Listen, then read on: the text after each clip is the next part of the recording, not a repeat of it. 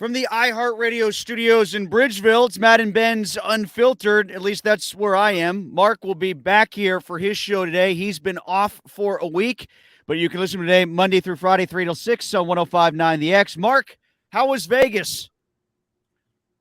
I didn't gamble much. I ate too much. I drank too much. I probably, for an old guy, did too much, but now it's over and I'm back.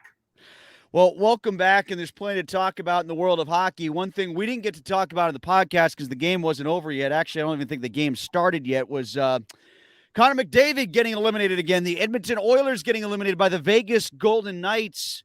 How do you feel about yet another postseason for McDavid ending up short of the conference final, short of a Stanley Cup final?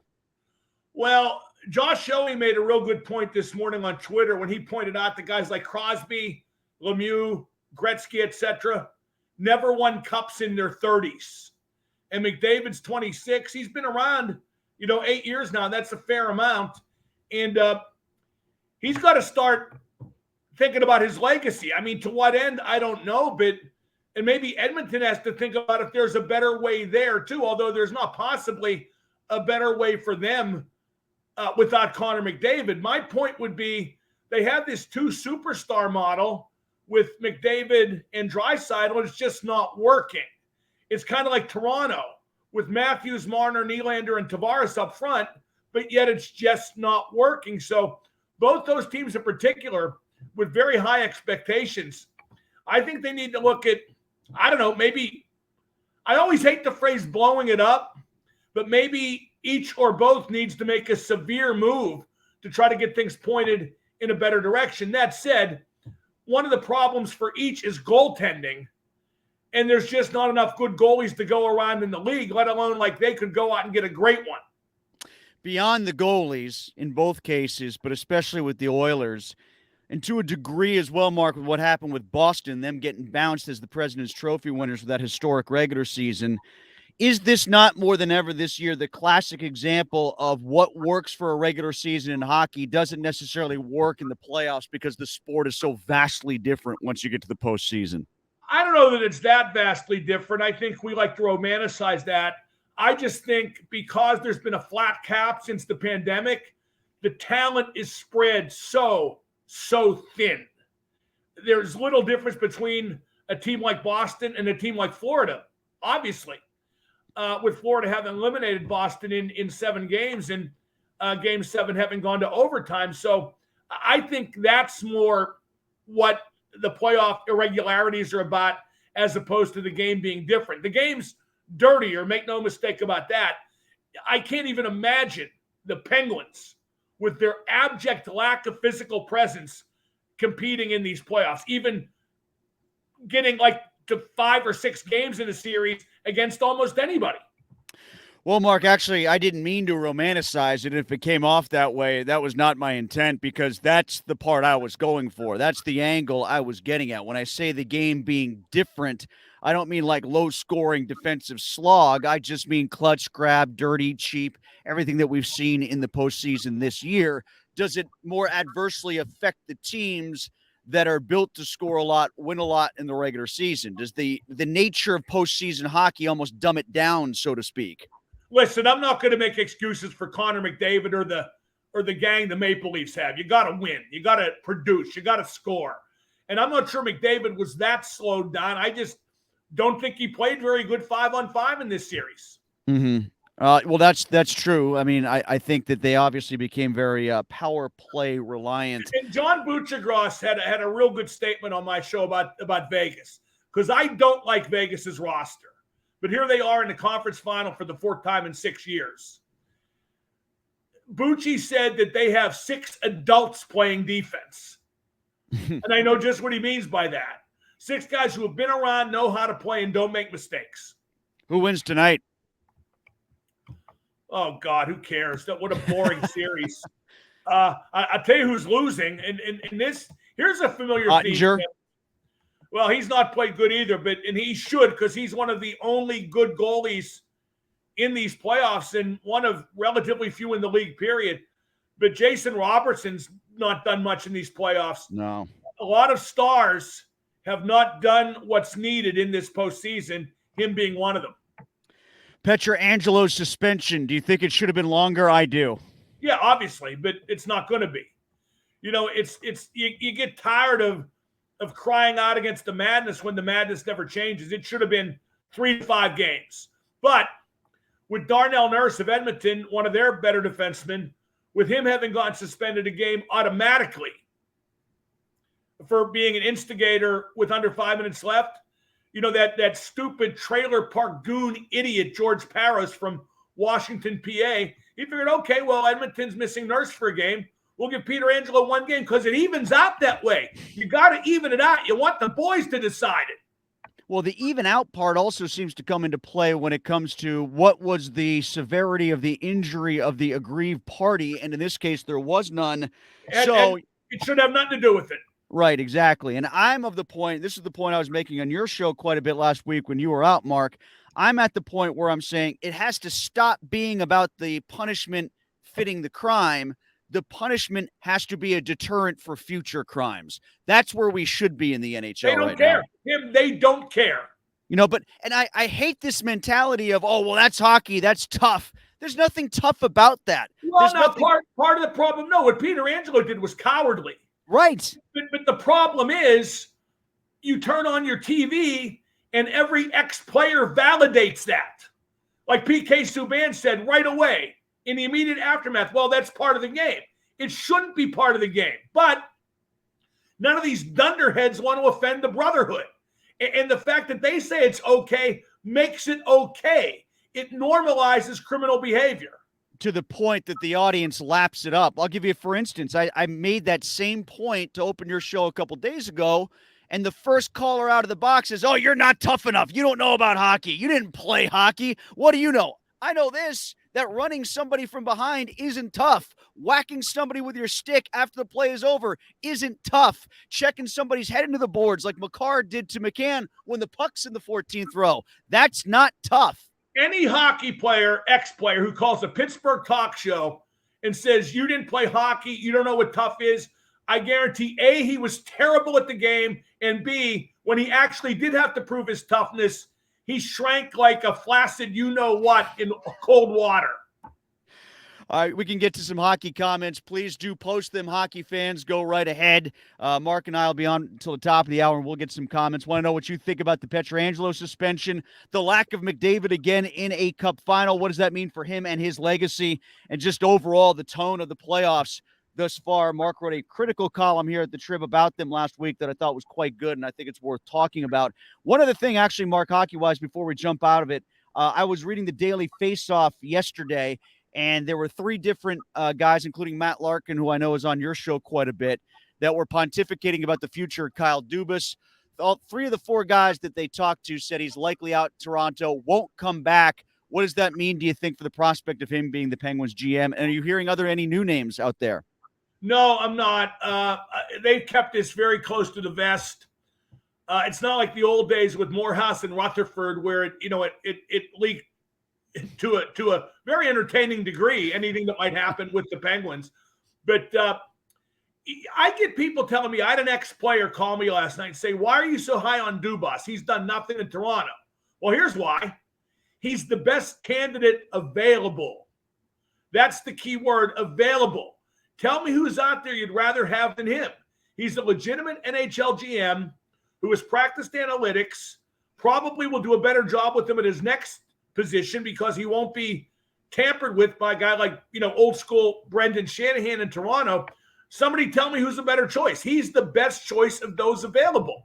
Is he, a legendary general manager? Is he the Theo Epstein of hockey? Well, no, not yet, but he's the best bet. Well, Mark, not only is he available, I would also tell people to keep in mind that those who are available, maybe Dubas is one of them, I don't know yet, but those who are available may not want the gig because of all the contracts that they're going to have to deal with, the no movement clauses, the potential to have a coach on board who might have more power than they do. And the unspoken notion that the dressing room doesn't want this guy traded, doesn't want that guy traded. And we know who I mean by dressing room. I mean, it really is a horrible job. I'd take it for the money. There's only 32 of those jobs. Yeah. Yeah, it's a bad job if you have better options. All right, folks, want to hear from you. Hockey fans, please do chime in on the hockey conversation. Mark, you mentioned David Morehouse's name. He got a promotion with the Steelers. The presumption is that's just kind of advancing his status, his run up the ladder, if you will, with the Steelers management for the conversation about what they're going to do with Heinz Field, formerly Heinz Field, Acrisure Stadium now. What do you think is going to happen there? Oh, they're going to want a new stadium. I mean, that seems absurd given that it's only going to be, 30 years old at the end of the decade, but that's how old Three Rivers Stadium was when they ditched it. Every sports owner wants new and better and luxury and money and blah, blah, blah. And, what are they going to do? Tell the Steelers to leave town? Of course they're going to give them what they want. To me, the big debate about it is, where do you put it? Because I wouldn't think they would want to go to Cranberry or Washington, which would be the place to go if you're not going to be in the city. But where are you going to build it in the city, Tim? You tell me. I don't know if there's any more space along the north side. The one thought is you could move it up the river a little bit towards the McKees Rocks Bridge, but I think all that land now has been spoken for that esplanade that they're going to develop. If you take it, here's the Tony Soprano thing. The thing with the Ferris wheel, aren't they calling it the Esplanade? I think I've seen some columns and articles about that here at the Trib. Well, that was the big thing in Sopranos. They needed to keep the money coming in from the Esplanade. Oh, I forgot about that. Yeah, that was late. Was that late in the Sopranos era? I don't know, but that's the only other place besides right now I've ever heard the term Esplanade. Well, no, I mean, I get what you're saying about Three Rivers, and I thought of that myself just for the sake of perspective. That one only lasted 30 years too, but the difference was we all became clear that baseball stadiums needed to be their own thing. The Pirates needed their own thing. They needed a unique venue that wasn't very big, too, right, by the way. How much they've won since they got PNC Park. Well, no, it hasn't translated into winning, but there was also the development. That many people going either. I'm not sure exactly what it's translated to besides a nice view. Yeah, a museum is what it's translated to. A baseball museum is what it's translated to. But, my point is also the development on the North Shore. It's taken so much time. They're still doing it. They're still kind of catching up to it. And then if you move the football stadium, what good does that do? I agree, but where are you going to put it? Like I said, unless they here's the thing that's not unique to Pittsburgh, but it's maybe it is unique. In a lot of cities, they could tear down Acrisure, build the stadium right on that site, okay, and play a year or two in the college football stadium. But we don't have a college football stadium. Right. We don't have a temporary home. I guess they could play it at Couple Stadium, the old South Stadium on the south side. Hi, Mark. Maybe go to Lebo.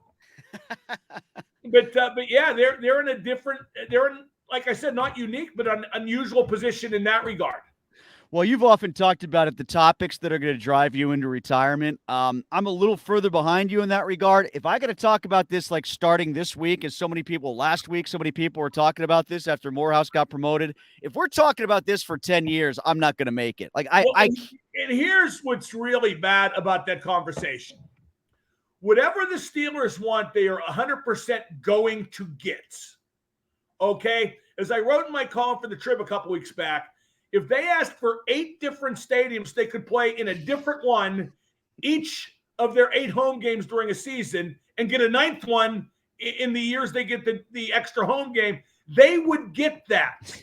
If you'll recall, before we built PNC in Acrisure, there was a ballot in 11 counties, Allegheny and the neighboring, about funds for building these stadiums, and it got voted down egregiously. And then they use public funds to build the stadiums anyway.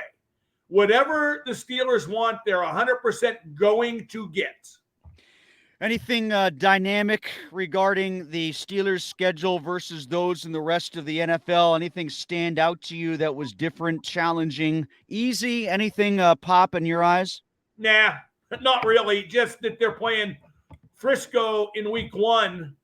When Brock Purdy might not be available. That said, I'm not that high on Brock Purdy anyway.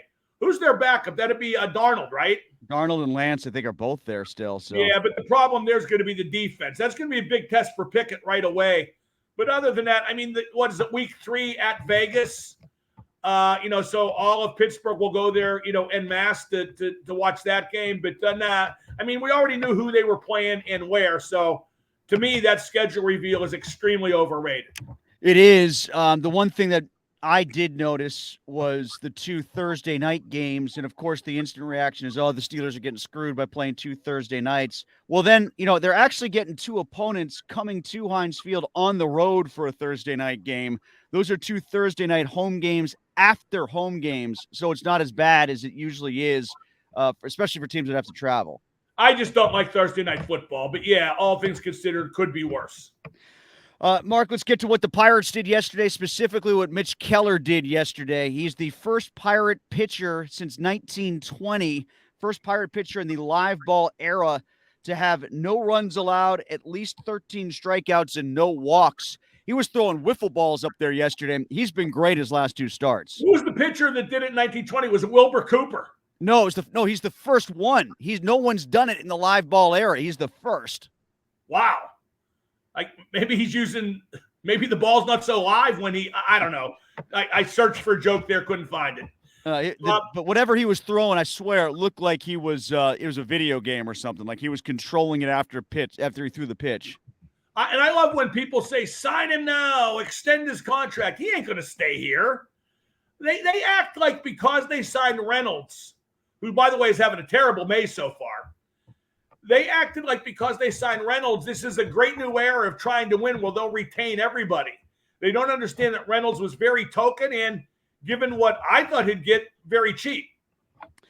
The team-friendly contracts, it's great when they're signed, but in the vacuum of how we talk about it regarding the Pirates, it also makes them highly tradable, and we never talk about that angle. Do you think they're going to sign Mitch Keller, Tim? Do you really? If they do, it would be to a deal like the other 2, where they've got the ability to get out of it, and the player is maybe thinking, well, they're probably going to trade me anyway, so I can go to another team with more money and I can extend there. Yeah, I don't know. I just think the Pirates are always going to have a tough time retaining pitchers, as evidenced by the fact that they don't. Yeah, like Garrett Cole is a primary example. Joe Musgrove. And we're overreacting to Keller like you knew we would because – he's only had, the couple really good starts in a row. Before that, he was okay. Early on, he was awful. So I'm still not 100% sure what they have with Keller, but I don't think they'll extend him. But I give the guy credit. He has stepped up in a period when they've been terrible and been a legitimate stopper. Should the Pirates call up Henry Davis? To what end? To be the catcher? Does it save the season? No, it's not going to save the season, like keep them as a contender? Yeah. For a wild card? Probably not. I'm just looking at how terrible the lineup is now and how absent they are of any power potential whatsoever. Well, of course it is, but given that they're not going to make the playoffs, and they're not. They never were going to. Not even at 20-8, I didn't think that. But given that they're not going to make the playoffs, when you call up Davis and or Andy Rodriguez? When they're ready. Not before. When they're ready. Now, what their definition of ready is, I do not know. Are they in the minors just to keep their service clock from starting? It's happened before, but those guys don't save the season. Here's what Bob says regarding the new football stadium outside the city. Is that really confirmed happening where the Steelers would move to a new one? Well, no, it isn't. But, the conversation has already started. I mean, PNC That's why they hired Morehouse. Exactly. That's why I think his title even has something like the word development in it. What they're trying to develop is a new stadium. His title is new stadium guy. It makes for a great business card. It really does. You got the hypocycloid, new business guy, David Morehouse, new stadium guy, David Morehouse. No, I think this is not confirmed by any stretch, but, PNC Park and Heinz Field opened up in 2001. The conversation about the stadiums back then started in what, Mark? You were 1994 after the strike ended, or before the strike? Actually, before the strike started, I think it was like 93 or 94, wasn't it? Yes. So I mean, this is going to go on forever. Like the wheels of big business and the wheels of government turn very, very slowly. So don't forget the wheel in the sky, Tim. I don't know where I'll be tomorrow. This one comes from Richard, who says, time to start up the Dubas countdown clock now. Well, that's what we were just doing. I haven't heard any new names. One guy I did hear, now I can't remember his name. The assistant under Drury with the Rangers was one name I heard. And then Matthew Darsh's name I heard got thrown I heard back. he doesn't want it. I heard Yeah, he doesn't want it. I heard he didn't want it too, and then I saw Saravelli bring it up. Oh, one thing we should talk about, Mark, which was really funny over the weekend, the Flyers tweet about the new era of hockey in Philadelphia when they brought back Keith Jones and kept Danny Briere. Wow, what a new era it is. Imagine this hand moving at a rapid pace below the camera sight. Would you be in a fist? Perhaps, yeah. I mean, the Flyers think they can christen themselves a good team again just through a PR campaign. They've done it before. I forget what they even did, like an aggressive hockey is back in town, like the Charlestown Chiefs did. I mean, they just, and like they're talking, like Keith Jones is saying, we owe it to Mr. Snyder. Ed Snyder's been dead a couple of years. I don't consider Ed Snyder a mythic, heroic figure. Then again, I wouldn't, because I don't like goon hockey. Ed Snyder's Flyers ruined hockey for the best part of a decade. If that makes him a hero, well, he's not my hero. Second part of Richard's message was the Penguins, as currently constructed, would have 0.0 chance in this year's playoffs if they had somehow won their last two games and squeaked in. Oh, that's for sure. I think the Bruins would still be alive if the Penguins were. Boston would have beat them in 4 or 5. Yeah, and I think Florida is showing that they're more right now. What's in the playoffs right now for these Panthers is a hell of a lot more like the team that won the President's Trophy last year than the one that squeaked in because the Penguins allowed them to back in. It just took them a while to coalesce, longer than I ever dreamed. But that's a pretty good team. Plus, Bob came out of nowhere to play like he used to. And we saw that a bunch in the early 2000s in football, too. The Steelers, the Giants, the Packers, all these teams that have been better in previous years weren't very good in the regular season and wound up as the last seed in. They all went to and won Super Bowls at various points in that stretch. Who do you think wins the East, by the way, Mark? Carolina or Florida? I think Florida wins. I think the Stahl family's already won. True. Yeah. They got 3 Stahls in there. Eric and Mark on Florida. Jordo on Carolina. I don't know. I can't believe that Carolina, having all those guys up front, hurts. Svechnikov, Teravainen, and Pacioretty. I can't believe that's not caught up with them more than it has. They got some unusual guys hot. Who's the guy who had no points in the first round and then filled it in the second round so far? I don't know who that was.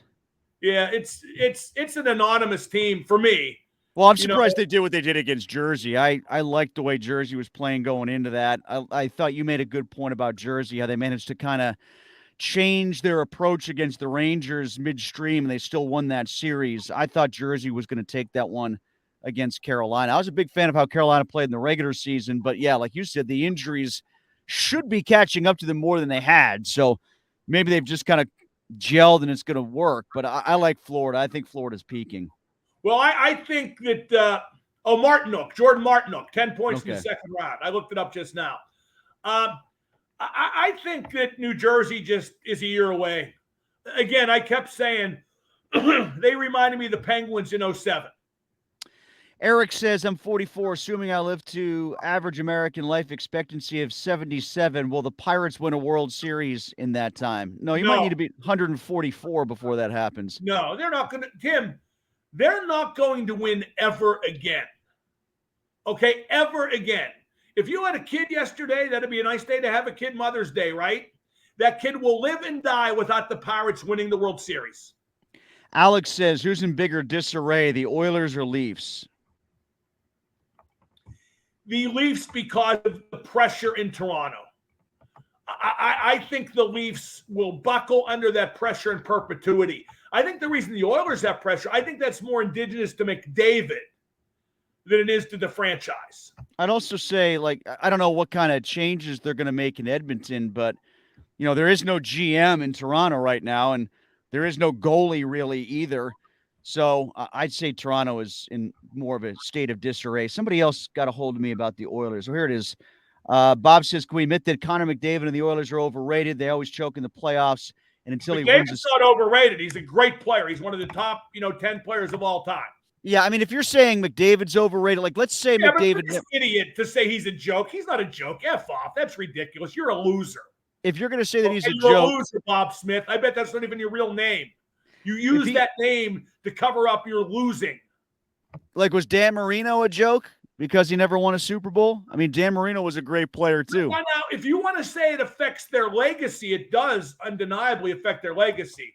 But, you can be a good player and not win. In fact, sometimes I think we stir that too much into the equation, that you have to win to be considered a great player. I think you have to win in this instance to be considered a top 5 hockey player ever. I think if McDavid never wins, he won't be considered that. At least I won't. Got a lot of hockey ones here. Let me rattle through a couple more. Sean says, if we see Seattle versus Las Vegas for a Western Conference Finals, I think we can all agree the NHL format has the expansion draft format wrong. I disagree. I think that indicates it has it exactly right. They nailed it. They want those teams to be good fast so they can build the fan base quickly. Right, and that's those guys have handled their rosters perfectly. Don't forget, they don't have stars. Well, Vegas does now. But the original incarnation of Vegas, this incarnation of Seattle, they have 4-second lines. Okay? It's not up to the expansion teams to suck so that a team like the Rangers that has won cup since 1940 can feel better about itself. And I keep seeing that, the playoffs aren't the same without the big, names in it, the Leafs, the Rangers. Now, McDavid's out. Well, then those teams need to play better. Okay, you're not booking a wrestling promotion. Whoever wins 4 out of 7 advances, and whoever doesn't, that's on them. It's like Toronto because of that bad, well, they said it was bad, the goal being waved off in Game 5, like that screwed the Leafs out of the playoffs. How many goals did they get waved out in that series? They were down 3-0 for crying out loud. Bill says Alex Pietrangelo slash reminded me a lot of the infamous Grave slash on Mario in 92. Well, of course it did. I would say this, though. At least Mario had the puck. At least the play was going on. Alex Pietrangelo slashed Draisaitl after the puck was gone and the play was over. Well, that's the one thing I don't like about Vegas having won that series. Did you see the handshake line with Pietrangelo and Draisaitl? No. Draisaitl just kind of grabbed his hand and moved it aside, like he barely shook it, right? And I hate people feeling like Pietrangelo got the last laugh. He shouldn't have even been playing in that game. And finally, let's see here. This one comes to us from Pete, who says, any word on kickoff for Ribfest, Steeler or Pick game? I don't know. Mark, you're a rib guy.